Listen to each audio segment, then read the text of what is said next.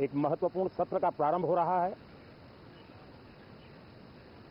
और सावन के इस पहले सोमवार को मैं देशवासियों को बहुत बहुत शुभकामनाएं देता हूं। आज संसद का मानसून सत्र का भी आरंभ हो रहा है। देश बहुत बारीकी से देख रहा है कि संसद का यह सत्र सकारात्मक हो, सृजनात्मक हो और देशवासियों के सपनों को सिद्ध करने के लिए एक मजबूत नींव रखने वाला हो। साथियों, भारत के लोकतंत्र की जो गौरव यात्रा है उसमें ये एक महत्वपूर्ण पड़ाव के रूप में मैं देख रहा हूं। व्यक्तिगत रूप से मुझे भी, हमारे सभी साथियों को भी ये अत्यंत गर्व का विषय है कि करीब 60 साल के बाद कोई सरकार तीसरी बार वापस आए और तीसरी पारी का पहला बजट रखने का सौभाग्य प्राप्त हो। ये भारत के लोकतंत्र की गौरव यात्रा की अत्यंत गरिमापूर्ण घटना के रूप में देश इसे देख रहा है। ये बजट सत्र है। मैं देशवासियों को जो गारंटी देता रहा हूं, क्रमशः रूप से उन गारंटियों को जमीन पर उतारना, इस लक्ष्य को लेकर के हम आगे बढ़ रहे हैं। यह बजट अमृतकाल का एक महत्वपूर्ण बजट है। हमें 5 साल का जो अवसर मिला है, आज का बजट हमारे उन 5 साल के कार्य की दिशा भी तय करेगा और यह बजट 2047 जब आजादी के 100 साल होंगे तब विकसित भारत का जो हमारा सपना है उस सपने को पूरा करने की मजबूत नींव वाला बजट लेकर के हम कल देश के सामने आएंगे।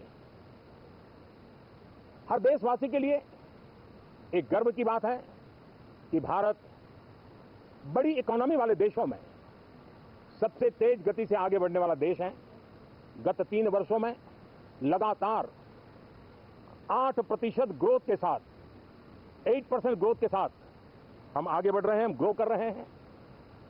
आज भारत में पॉजिटिव आउटलुक, इन्वेस्टमेंट और परफॉर्मेंस एक प्रकार से अपॉर्चुनिटी की पीक पर है।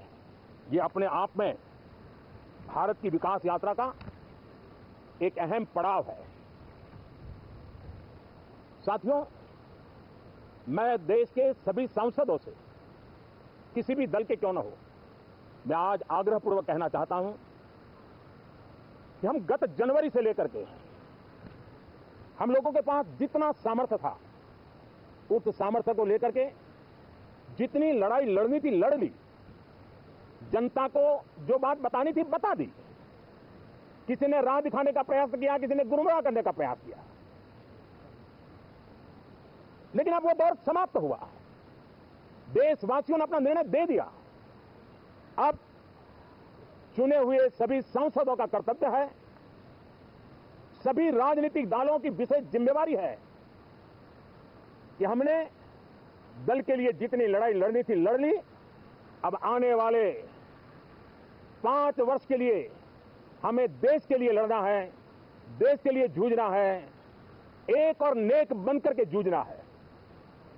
मैं सभी राजनीतिक दलों से भी कहूंगा कि आइए हम आने वाले 4 साढ़े 4 साल दल से ऊपर उठ करके सिर्फ और सिर्फ देश को समर्पित होकर के संसद के इस गरिमापूर्ण मंच का हम उपयोग करें। जनवरी 29 जब चुनाव का वर्ष होगा, आप उसके बाद जाइए मैदान में, सदन का भी उपयोग करना है कर लीजिए। वो 6 महीने जो खेल खेलने खेल लीजिए, लेकिन तब तक सिर्फ और सिर्फ देश के गरीब, देश के किसान, देश के युवा, देश की महिलाएं, उनके सामर्थ्य के लिए, उनको एम्पावर करने के लिए जन भागीदारी का एक जन आंदोलन खड़ा कर करके 2047 के सपने को पूरा करने के लिए हम पूरी ताकत लगाए। मुझे आज बहुत दुख के साथ कहना है कि 2014 के बाद कोई सांसद 5 साल के लिए आए, कुछ सांसदों को 10 साल के लिए मौका मिला, लेकिन बहुत से सांसद ऐसे थे जिनको अपने क्षेत्र की बात करने का अवसर नहीं मिला, अपने विचारों से संसद को समृद्ध करने का अवसर नहीं मिला, क्योंकि कुछ दलों की नकारात्मक राजनीति ने देश के संसद के महत्वपूर्ण समय को एक प्रकार से अपनी राजनीतिक विफलताओं को ढांकने के लिए दुरुपयोग किया है। मैं सभी दलों से आग्रहपूर्वक कहता हूं कि कम से कम जो पहली बार सदन में आए हैं, ऐसे बहुत बड़ी संख्या में हमारे माननीय सांसद हैं और सभी दल में है, उनको अवसर दीजिए, चर्चा में उनके विचारों को प्रकट करने का मौका दीजिए, ज्यादा से ज्यादा लोगों को आगे आने का अवसर दीजिए। और आपने देखा होगा कि पार्लियामेंट के नए संसद गठन होने के बाद जो पहला सत्र था, 140 करोड़ देशवासियों ने बहुमत के साथ जिस सरकार को सेवा करने का हुक्म किया है देशवासियों ने, उसकी आवाज को कुचलने का और लोकतांत्रिक प्रयास हुआ। 2.5 घंटे तक देश के प्रधानमंत्री का गला घोंटने का, उनकी आवाज को रोकने का, उनकी आवाज को दबाने का लोकतांत्रिक परंपराओं में कोई स्थान नहीं हो सकता है। और इसका कोई पश्चाताप तक नहीं है, दिल में दर्द तक नहीं है। मैं आज आग्रहपूर्वक कहना चाहता हूं, देशवासियों ने हमें यहां देश के लिए भेजा है, दल के लिए नहीं भेजा है। ये सदन दल के लिए नहीं, ये सदन देश के लिए है। ये सदन संसदों तक की सीमा तक नहीं है, 140 करोड़ देशवासियों की एक विराट सीमा तक के लिए है। मैं विश्वास करता हूं कि हमारे सभी माननीय सांसद पूरी तैयारी के साथ चर्चा को समृद्ध करेंगे। कितने ही विरुद्ध विचार होंगे, विरुद्ध विचार बुरे नहीं होते हैं, नकारात्मक विचार बुरे होते हैं। जहां सोचने की सीमाएं समाप्त हो जाती है, देश को नकारात्मकता की जरूरत नहीं है। देश को एक विचारधारा, प्रगति की विचारधारा, विकास की विचारधारा, देश को नई ऊंचाइयों पर ले जाने वाली विचारधारा से हमें आगे बढ़ाना होगा।